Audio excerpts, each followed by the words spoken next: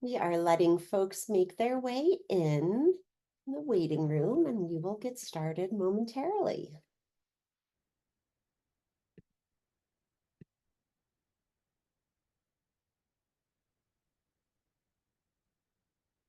All right. Well, welcome everyone. Thank you to all of you joining us live for today's Lunch and Learn, Discovering the WHERE 2024 project.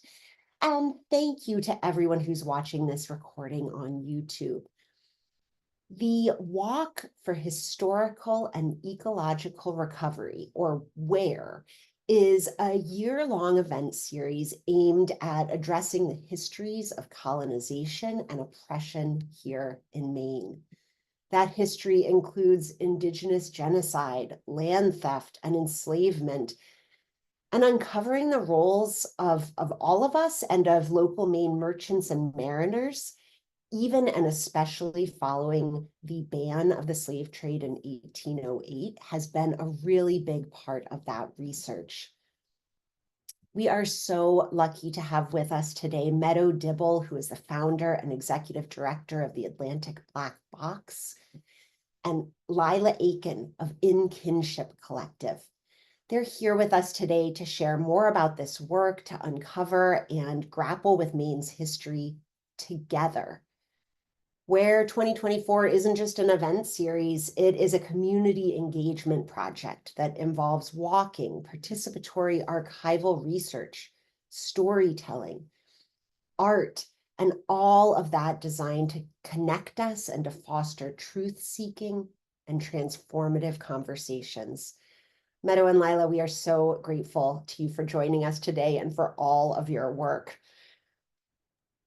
My name is Kathleen Meal. I'm the Senior Director of Policy and Partnerships here at Maine Conservation Voters and Maine Conservation Alliance. Our organizations represent more than 13,000 members and supporters dedicated to building a just, thriving future for all by acting on the climate crisis, protecting the environment, and safeguarding our democracy. MCA does that by bringing people and organizations together to educate, inspire, and advocate, and MCV by advocating for equitable policies, holding elected officials accountable, and winning elections. Since 2020, this weekly online Lunch and Learn series has helped us advance all of those goals, creating a shared space to explore our environmental and social history, policy priorities, climate action movement, and more. It is my favorite part of the week every week, and I am so glad that you are all with us today. A few notes before we dive in. We will hear from our speakers first, and then we will tackle all of your questions, or as many as we can, in the Q&A session following that presentation. You don't have to wait, though. You can send questions to me or to Maggie Summers through the chat whenever they occur to you.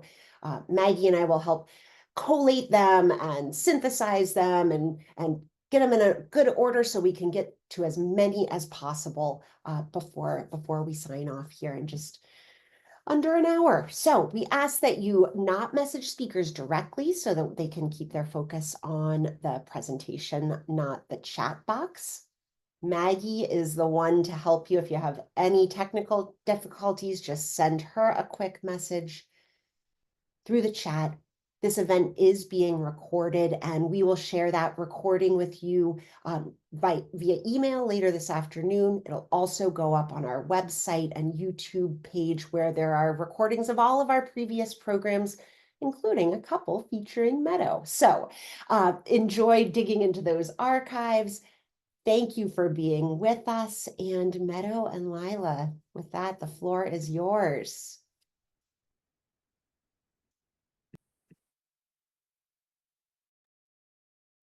Thank you so much, Kathleen, and thank you, Maggie, as well. Thanks to all of you for joining us today. We're really excited to talk with you about the WHERE project, the Walk for Historical and Ecological Recovery.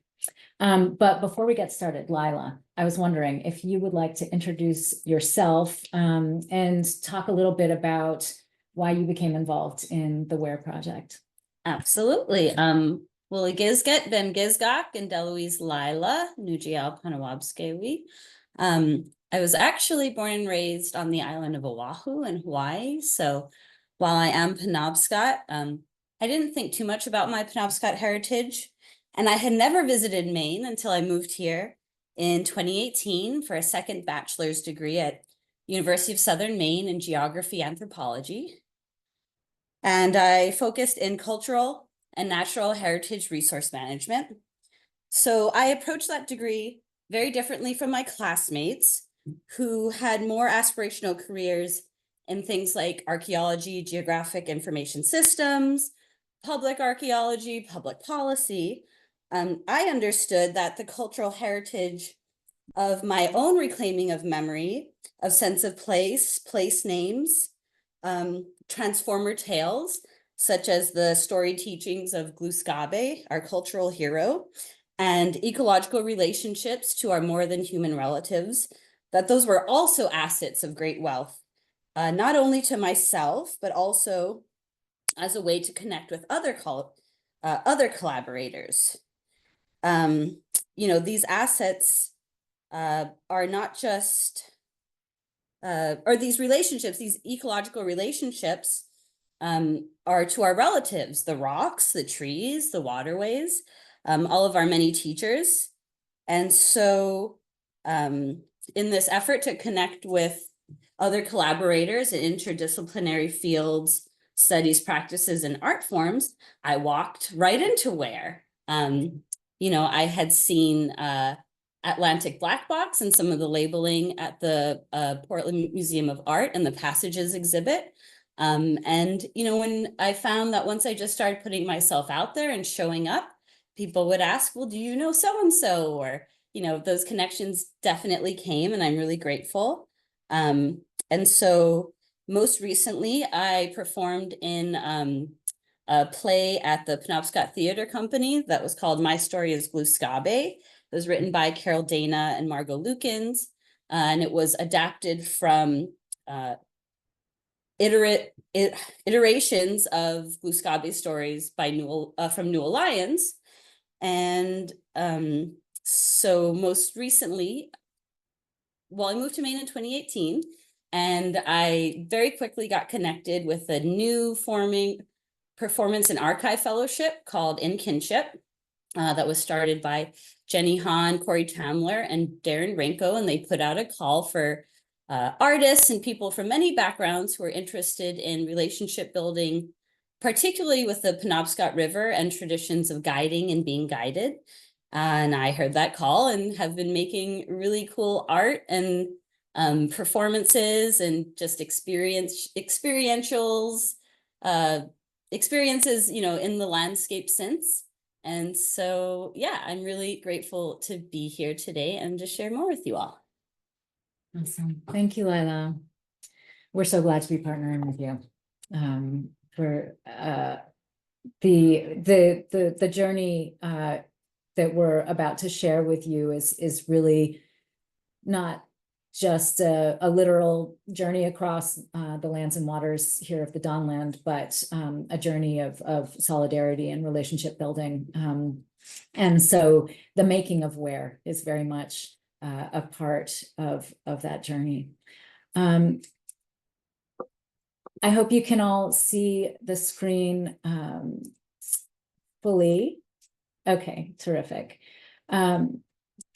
So as described in the introduction, over the course of 2024, a number of wonderful partners committed to surfacing the truths of colonization and oppression are engaging with local communities on a journey across land and water in the place known for millennia by the Wabanaki people as the Dawnland. Together, we are shining a light on the ways that Indigenous, Black, and settler descendant populations are represented or not in Maine's commemorative landscape. So to give a context too of Wabanaki, right? So Chwabanaki, Chwi, meaning like come here, Quabbin, the light, the first light, and it's a place. And so Roger Paul, who's a language teacher, he kind of communicates that as the place where the land first looks our way. The sun. The sun? Yeah, yeah. Okay. The place where the sun first looks our way. Means by Atlantic Black Box, the Walk for Historical and Ecological Recovery is a broad-based and community-engaged effort carried out in partnership with Wabanaki Reach, Indigo Arts Alliance, Community Change Inc., in Kinship Collective, of which Lilah is part, the Third Place Pajebscott Portage Mapping Project, York History Partners, Maine Black Community Development, Momentum Conservation, and the Eco BIPOC Network. We are inviting you all over the course of the next 7 months to join this movement aimed at surfacing and reckoning with suppressed stories of genocide and survival, enslavement and resistance, displacement and represencing. We're inviting all those who are committed to knowing what happened here, understanding why it matters, and collectively asking what those suppressed truths require of us today to join us in solidarity to forward these ongoing processes of truth-seeking and transformation. Our aim here is to catalyze creative and embodied approaches to anti-racist and decolonial recovery efforts across the state and the region. This is not what you might call a historical walking tour or a series of them. Drawing on a long tradition of freedom marches, these walks, which may involve other means of locomotion than moving with our feet, will weave related threads of history and diverse perspectives together in embodied ways to help reveal how we might face the many interlocking challenges of the present moment in solidarity and with courage. We envision WHERE as a framework for collective learning, relationship building, creative engagement, and world remaking, one that can be replicated year after year in various locations throughout the state and the region. There is a proverb that is attributed it's sort of described as an African proverb, and I don't know its exact provenance, but it goes, if you want to go fast, go alone. But if you want to go far, go together. We want to go far. So here to lay the groundwork for this series of walks, we have been offering a number of really powerful programs over the months of May and June. Hopefully some of you caught some of these. We do have recordings for a number of these, not all. I think there's tremendous joy that we're experiencing in finally being able to come back together in person and in place to surface these histories, to discuss ways of both ensuring that they are inscribed on the commemorative landscape, to ensure that they are integrated into our curriculums in schools K through 12 and beyond, and really to come together to experience joy and creativity, the wonder of what happens when we're actually side by side doing things together, walking along a similar path. We have many beautiful photos that we could share with you from this recent series of events, but here are just a few from our launch, which took place on May 9th. I will just encourage you here to check out our website, walkwhere.org, where you will find a whole lot more information. This past weekend, we launched our first walk It took place at Main Audubon. The weather encouraged us to pivot slightly our plan. And so the 3-mile walk that had been that was going to open this event, we pivoted and held the entire event at Main Audubon, invited participants to walk the Western Meadow, where they were able to encounter ephemeral historical signage that addressed the suppressed histories related to Portland's role in the slave trade, in colonization, and in the West Indies trade and beyond. Also featuring important information about resistance, acts of resistance, and creative survival on the part of Black and Wabanaki people. And so from here, we will continue throughout the next 6 months to hold programs in various locations throughout the state. The next program is coming up in Boothbay on July 20th. These are our friends at Indigo Arts Alliance are putting on a day-long symposium called Deconstructing the Boundaries, The Land Fights Back. There are still a few spots left. At the end of this program, we'll share with you a link where you can register for the day-long symposium on July 20th. For those interested in joining us on July 19th for a semi-private walking tour of the area led by Mingwansis, you can email Indigo Arts Alliance. And again, I'll provide that at the end of this program.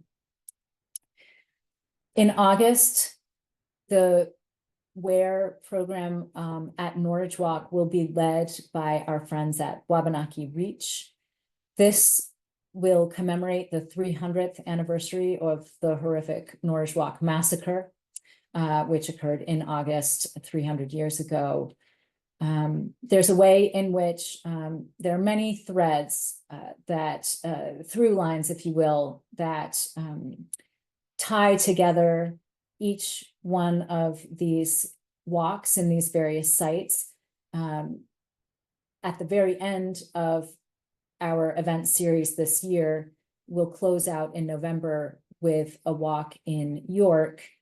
And it was people from York who led the raid on Norwich Walk. And these are the sorts of truths and acknowledgements that we are looking to surface and to reckon with. Coming up then in September, we will have a wonderful program led by our friends in Kinship at the Vaughan Woods and Historic Homesteads site. So I'm just going to pause here and invite you, Lilah, if this is a good moment to talk a little bit more about what might happen here and who is in Kinship. And before, I just want to see, Meadow, would you mind unsharing and then resharing? I changed a setting which might make the slides just a little bit better. We were seeing a little gray box. Oh, But sure. thank you so much, and sorry for interrupting. No problem. Okay. We Is still that see. better? No? Oh, it's better now. I think it's when the mouse moves, maybe that there's a gray box that appears at the top. And so maybe just moving the mouse a little bit less. Okay, great. I Okay, wonder thank if- you. Yeah. And actually, Lilah, if you wanna talk about the program at Vaughan, go ahead. Kathleen and I, actually, the MCV team just had a staff retreat at Vaughan Homestead, and so we got to hear a lot about the history and everything, and it was really powerful. Yeah, so I actually haven't had a chance to visit yet, but with the In Kinship collective, we are a group of people who have training and experience in dance and dance studies and music and creative, like non-traditional performance practices. So in 2020, September of 2020, we had a day-long, almost like a date with the Penobscot River. It was from sunrise to sunset, and we activated different sites along the river and ended in this beautiful procession. We had like a community art engagement where we had a lot of supplies and people made things that they could carry in this procession. And so, you know, watersheds are connected. And as a Penobscot person, I'm not confined to the Penobscot watershed. So, you know, the Kennebec River historically and contemporary, you know, has really important connections to Wabanaki sense of place. And, you know, Norridge Walk is on the Kennebec River. And so, you know, we really want these waterways and these watersheds to be connected and be in conversation with each other. And we had last year developed a audio play where there were different places that could be visited. And we did recordings of either retellings or, you know, reading out loud historical texts, and also kind of like being in a dreamscape of what, you know, showing up to a place and kind of thinking about what other, not just histories, but futures are there. So I'm really excited that, you know, Vaughan Woods Historic Homestead is, you know, just so open to these conversations. And yeah, we're not quite sure what it'll look like. I think, you know, in emergent and discovering kind of processes, that can be intimidating, but it can also be really fun and liberating. And I think it's okay not to know everything, and to say, you know, sometimes an event is very much shaped by the people who show up and the way that they show up in. So, yeah. Super. Maggie, I wonder, are you seeing the screen okay now? Yes, yeah, it is better now. Thank you. Okay, great. Super. Then going on, in October, we actually have two events. The first will take place in Brunswick, and this will be curated by the Pejebscott Portage Mapping Project group, who have been working together for a number of years to identify portage sites and the histories that are not being told in this area related to Indigenous use of place prior to colonization and through the period of colonization. Later in October, we will have the fortune of returning to Biddeford Saco for a walk curated by our friends at Community Change Inc. in collaboration with Biddeford Saco Surge, showing up for racial justice, to really look at and discuss the question of what it is to lead a responsible, ethical walking tour, and how we might be doing that throughout the state, in a way that shines a light on the stories that haven't been featured prominently in our dominant narratives. And then, as I described, finally, in November, we will be holding an event in York. This will be led by York History Partners. And in all of these events, we're very intent on, you know, our partner organizations are committed to weaving together the threads of colonization and slavery, which can often take place in separate discussions. But really, you know, if we're talking about Black history, Indigenous history, settler descendant history, none of these really makes tremendous sense unless we are weaving them together and seeing the full picture. And so participants can expect that to be the case in each one of these walks. And at the same time, each walk will have a very distinct sort of focus to it, to be defined by our curatorial partner and to be designed by them. Really, we're interested in a multi-vocal approach. We're interested in a broad participatory approach. And we know that, you know, part of the reason why we find ourselves in this state of place ignorance today is because of what Chimamanda Ngozi Adichie calls the problem of the single story. So, you know, as a means of countering that dominant narrative that has so misinformed us and our actions, we need to have many, many voices involved in retelling these histories. Is there anything that you'd like to add before we go on to look at the videos? Well, even with like, right, this idea of weaving together threads, I think a lot about our tradition of wampum belts and wampum keeping. So wampum comes not only from the quahog shell. I think wampum's well known for the beautiful dark purple, but also from the whelk shell and the white.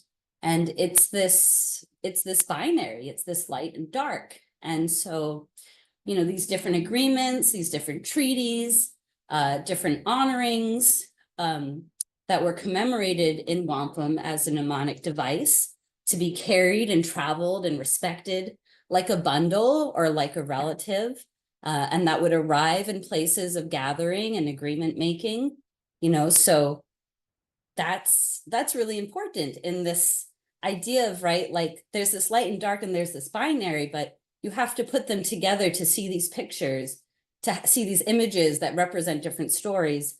And so there is, you know, there would be a thread or a sinew or a leather that might connect them. But it's really a community participation, right? Like these pieces have to come together and be side by side to kind of show this picture that you're talking about. So just in terms of like imagery and symbolism and metaphors, yeah, that's just what that made me think of. Beautiful. And now we want to share with you an example of work done by In Kinship Collective, which again will be curating the event in September at Vaughan Woods and Historic Homestead.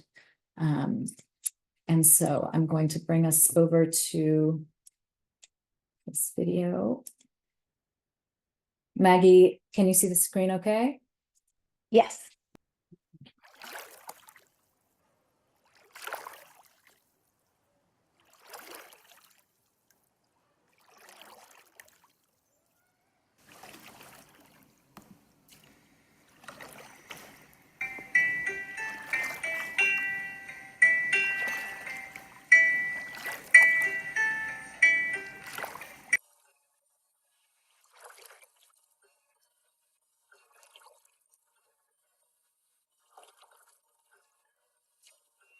And I'm so sorry, Meadow, would you move your mouse to the right? I think it'll take away. Perfect. Perfect.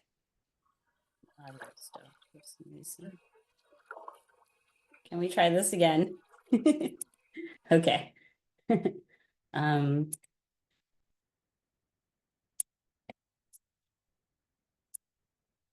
Share, we have to.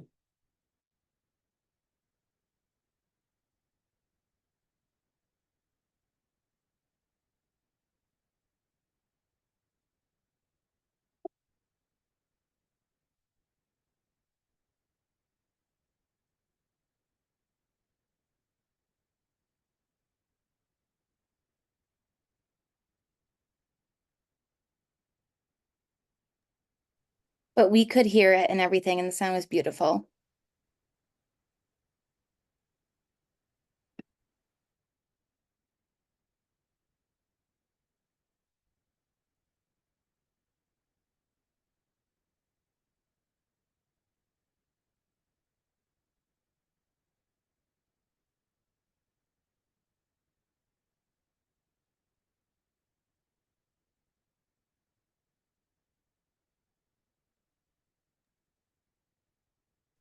Meadow, I think you may be. Oh, nope, you're not frozen. Okay, I see your face. Perfect. Are you sharing now? We are not seeing. We're not seeing it. Sorry. No wonder we were frozen. Oh, dear.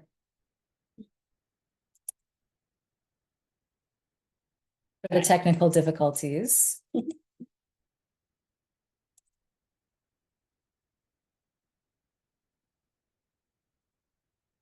And then before you start the video, maybe move the mouse to the upright corner.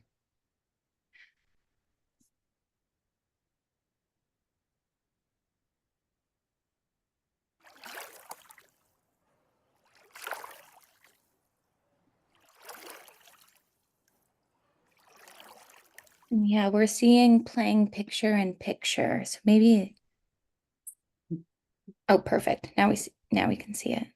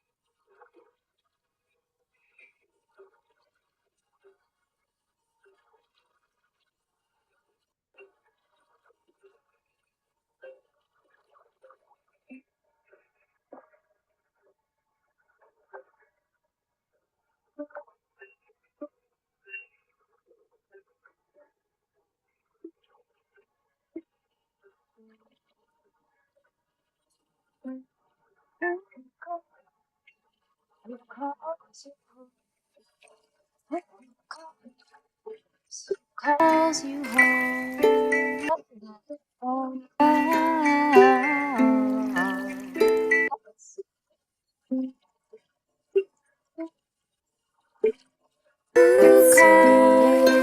Who calls you home? Who calls you home? When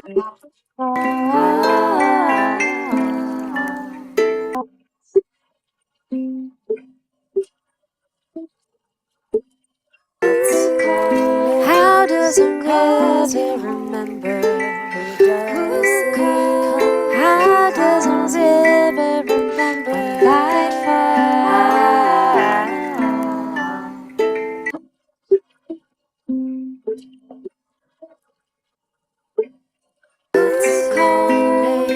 who calls you home?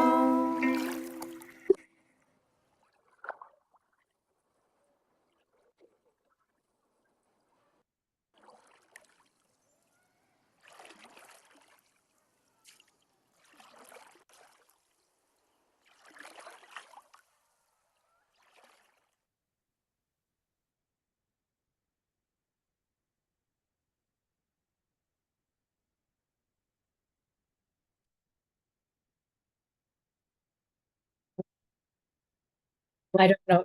Were you able to catch any of that? Thank you. Thanks for Yeah, it bearing was with us. beautiful. And maybe we can share the link to that video as part of our follow-up so that folks can take another pass at it as well. Because what we saw and heard is amazing. I want to make sure we see and hear it all. Thank you. So we created that in 2020 during lockdown when we were all in different places and there was a call for a toy theater piece. And so we based it on a Gweedin, which is the Penobscot word for canoe, which is made out of many different trees and is, considered to be very important.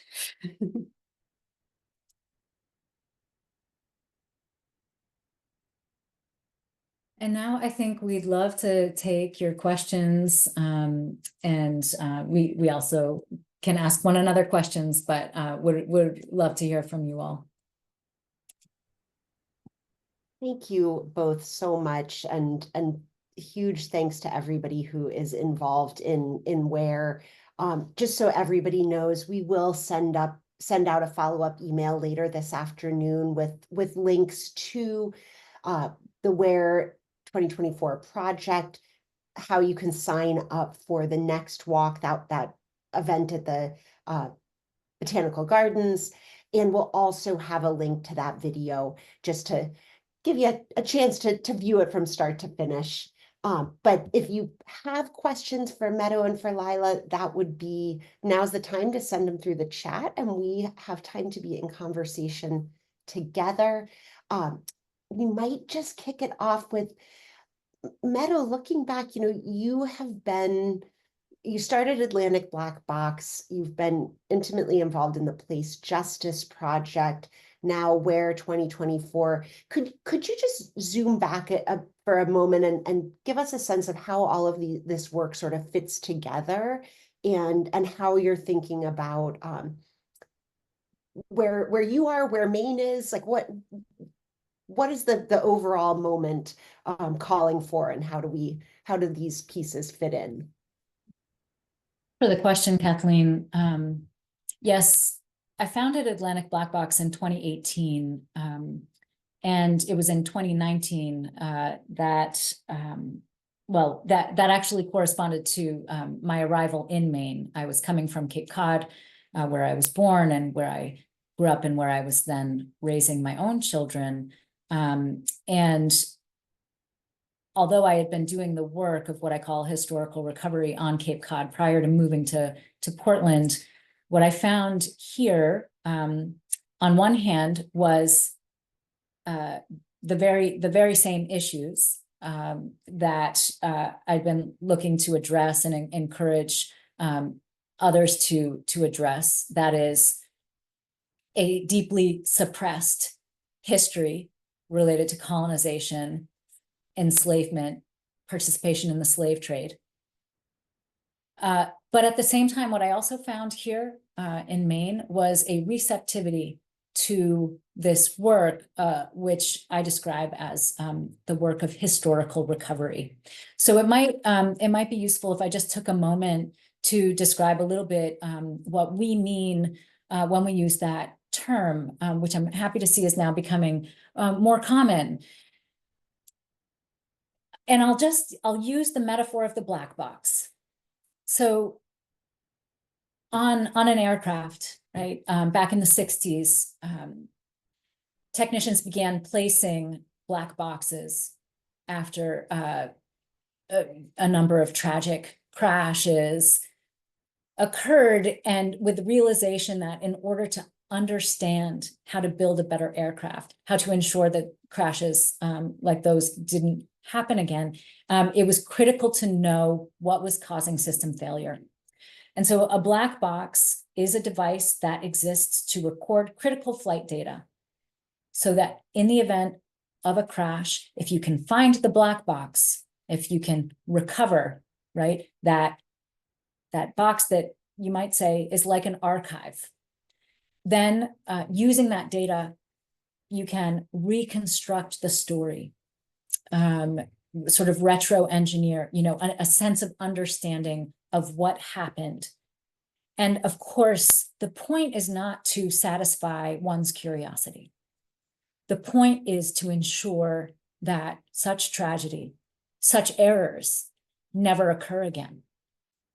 And there's a way in which, I find the black box to be a really effective sort of metaphor and image when thinking about New England's history, the way that we have been doing history here in this region that we've long referred to as New England, very problematically, of course, and the ways that we might consider shifting our sense of our history, but also the way we approach history. Think about historic preservation, and it's clear that we've been making a whole lot of effort in this region to preserve what could also be considered boxes, right? These big captains' houses, beautiful buildings, of course, you know, that can tell us a lot about our history, but we've invested so much time and energy and money into preserving facades, essentially, without asking the critical fundamental questions. What built those houses? What funds? What, you know, whose labor? What was the source of that wealth? What went on in those houses? We could say the same thing about vessels, ships, right? We've been very enamored with the golden age of sail. We've been looking at our maritime heritage and history through this sort of gauzy haze of nostalgia, admiring these tall ships, these clippers, their fast sailing, you know, capabilities and their beautiful bones.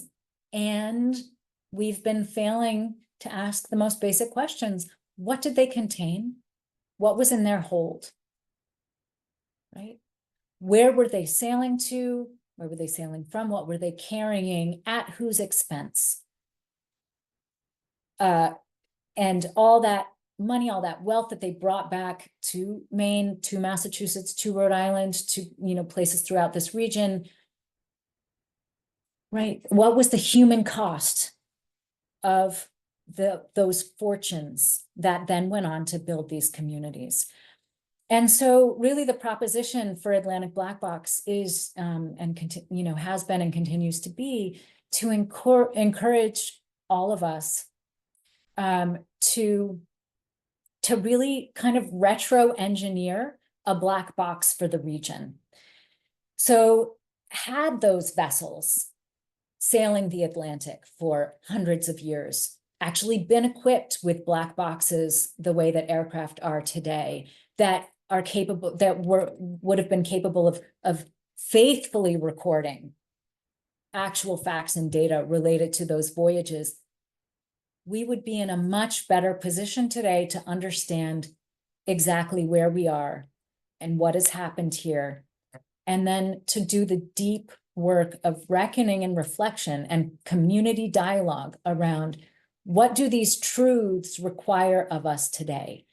Because if we had a faithful black box for this region, it would be absolutely evident, right, that the region's fortunes, that its development, that it all came at the expense of Indigenous and African people who were dispossessed of their homelands, whose land was stolen, whose labor was stolen, and now whose memory is stolen, so long as we are not researching these histories, so long as we are not telling these stories, so long as they're not inscribed on our commemorative landscape, so long as we're not teaching these histories in schools.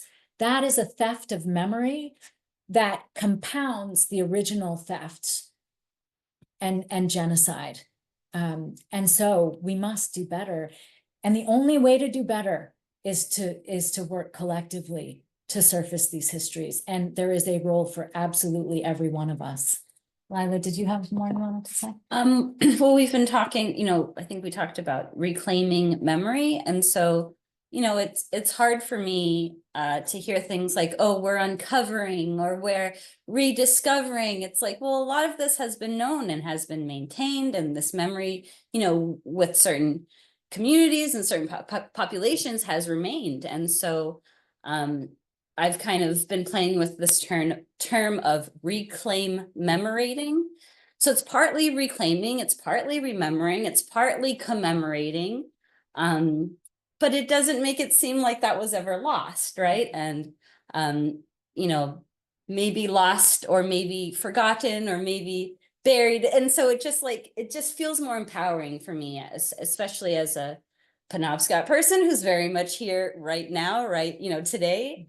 and to not feel or get lost in that, or dwell in that sense of loss, or that sense of like what ifs and what could have been, because yeah, that's not a future looking thing. And so even the idea, right, of 7 places, 7 months, you know, 7 is a very sacred number. There are 7 directions. Some people might say, well, there's only 4 cardinal directions. Well, there's also up, down, and within. And then concepts of 7 generational thinking, 7 generations back, 7 generations forward. Can you say more about that? Yeah, so right, like nothing we do today is for ourselves. We do it for the future. You know, I'm here today because 7 generations ago, my ancestors survived and thrived and had this forward thinking, you know, generative relationship with the world around them. You know, I think about all those trees that were taken down who were great elders and great teachers, and many of them sunk in the bottom of the ocean, right, as a way to hide this slave trade. So yes, I mean, you know, why do something 6 times when you can do it 7 times? Because it just has that significance, and it has that respect and that honoring. And so your question, Kathleen, was about this, like, right, this zooming out. How does this work fit together? So, you know, if you think about a weave and you think about 7 strands being woven together, that's really strong. Mm. Thank you both so much. That was just a really powerful sort of way to think about this. And Lilah, I really appreciate your reminding us that when you say things are lost, there's a sort of accidental quality to that. And that is not the way that we got the history that we have been taught, right? It wasn't just a casual misplacing of important stories. It was an intentional burying and hiding of things that could not be hidden from an awful lot of people who lived that reality.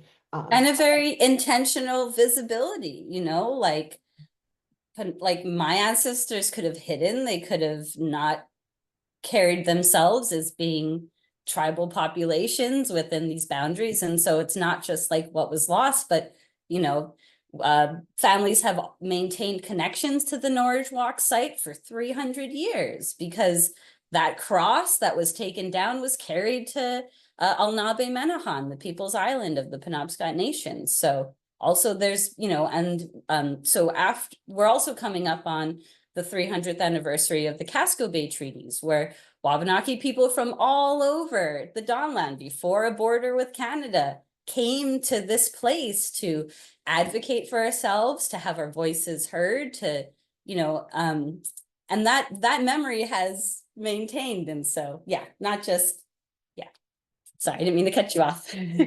No, and I was going to ask you, because some of this, I think there was a point in the video that you shared with the questions that were kind of emerging and coming out, and I think I should just ask you rather than trying to remember. What were those questions, and are they feel very connected to this conversation? Yeah, so what is the meaning of an upside down canoe? Is it still a river if you dam it? Whose story is this? Those questions came out of not what a canoe would be asking, but like, why not? And like, why not think about, oh, maybe this isn't a person in a canoe, right? Maybe this is this relationship.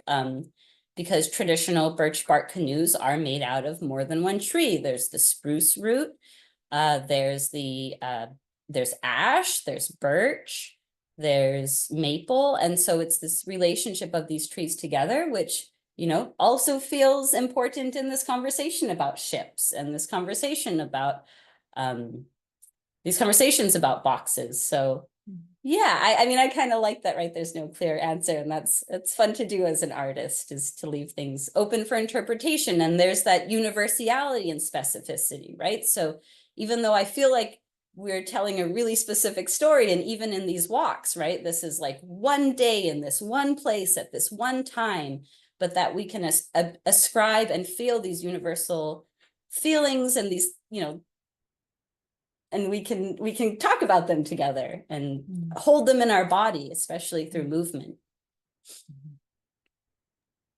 Has that toy theater video, has that been shared? Like, tell us where that's been seen. Who else has gotten to see that, and what has the reaction been? Well, we created it for like a toy theater call, and so we did share it way back when, and then since then I've just been kind of sharing it with anyone who wants to see it. And so, you know, I was really inspired. So more context. I work for Wabanaki Public Health and Wellness. I work in youth engagement, youth leadership, suicide, substance use prevention, right? Because historically our tribal populations are overrepresented in things like adverse childhood experiences, underserved because of the relationship of the state of Maine with the tribes. You know, the tribes of Maine do not have the same sovereignty as the other 576 federally recognized tribes. And this goes back to these points of the 1726 Casco Bay treaties, the, you know, the 1800s slave trade, like it's all connected. And so with my work with Wabanaki Public Health and Wellness with the youth, they were going through this at Sabaig Elementary School. They were redesigning this monument, and someone who was not from the community, it was an upside down canoe. I'm like, what does an upside down canoe mean? That's like flying a flag upside down. You know, that's a sign of distress. That's a sign of something's gone wrong. You've lost your cargo, you know, and so it's really interesting too to see with the Portage Mapping Project. It's an upside down canoe, but it's on someone's back because this is a point of connecting a watershed or moving from one place to the next. So I was really inspired by the youth because they didn't really feel good about the imagery of an upside down canoe. So that was one of the questions and one of the images that we recreated with the toys.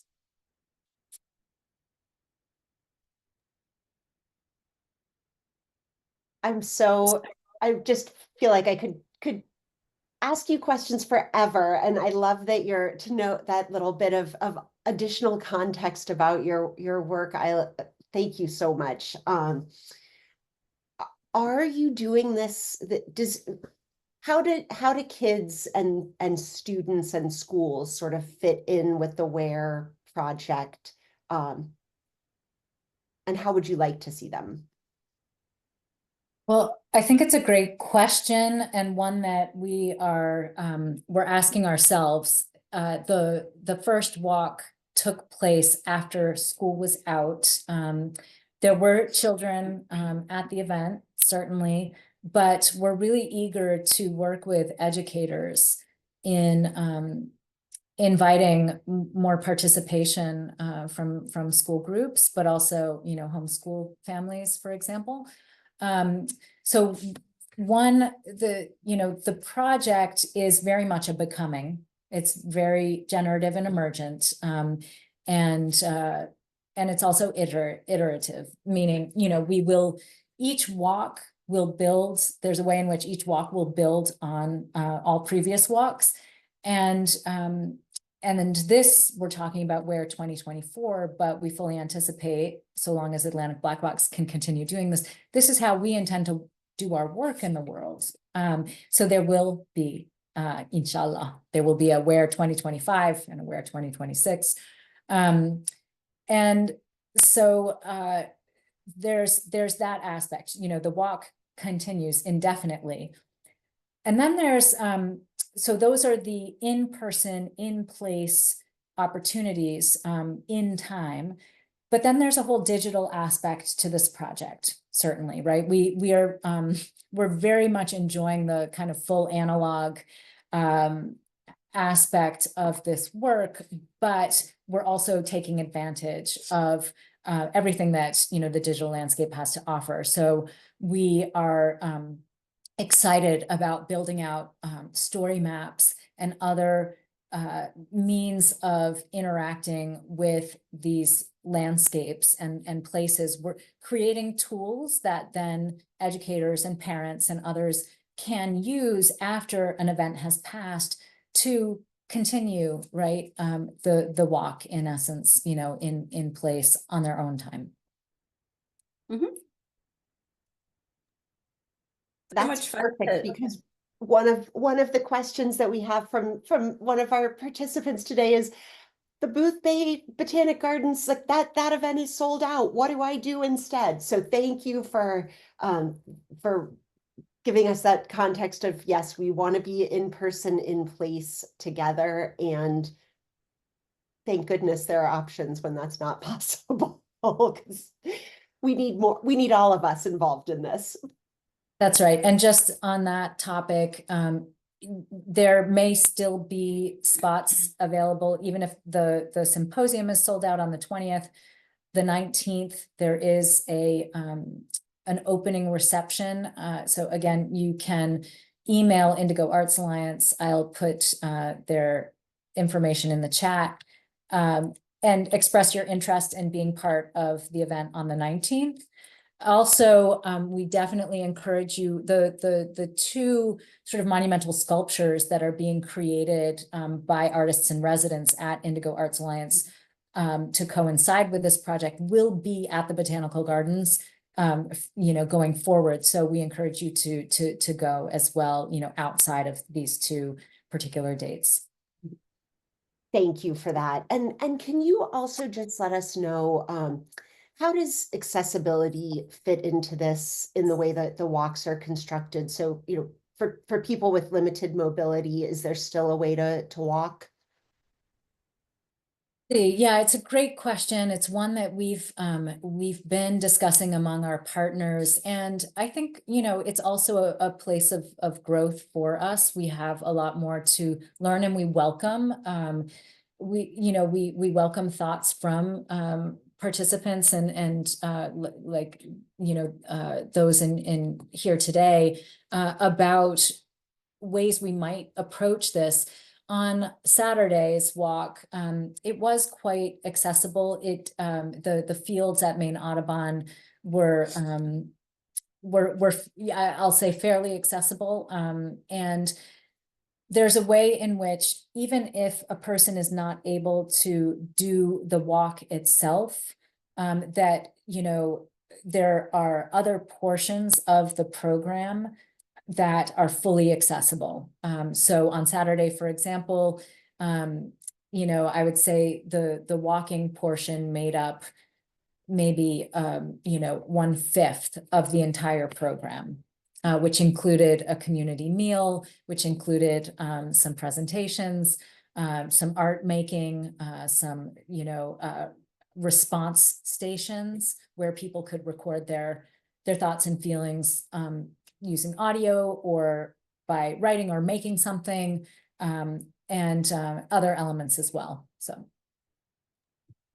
Thank you. That makes it much easier to just imagine ourselves in the experience and see how it matches up with what each of us is up for. Meadow, Lilah, the work that you're doing and sharing and creating this experience for opportunity for all of us, it's so important. We're so grateful to you for sharing today.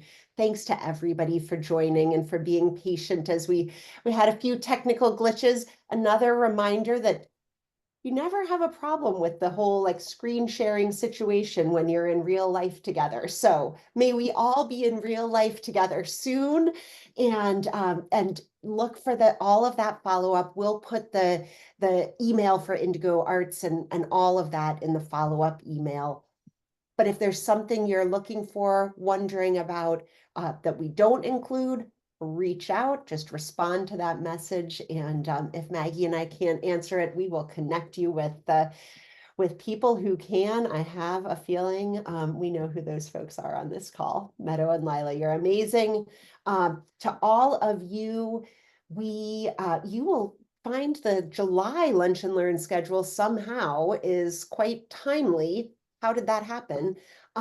It'll land in your inboxes over the weekend, but just a sneak peek, we will be off next week for the 4th of July holiday. And July 12th, we'll be back in that space with the rescheduled presentation of Transforming Renewable Energy Conflicts, a roadmap to smooth implementation. Let's get on that road together. Until then, have a wonderful, wonderful weekend, and we will see you all soon. Thank you so much. Thank Really you, Meadow appreciate and it. Lilah. Take care, everyone.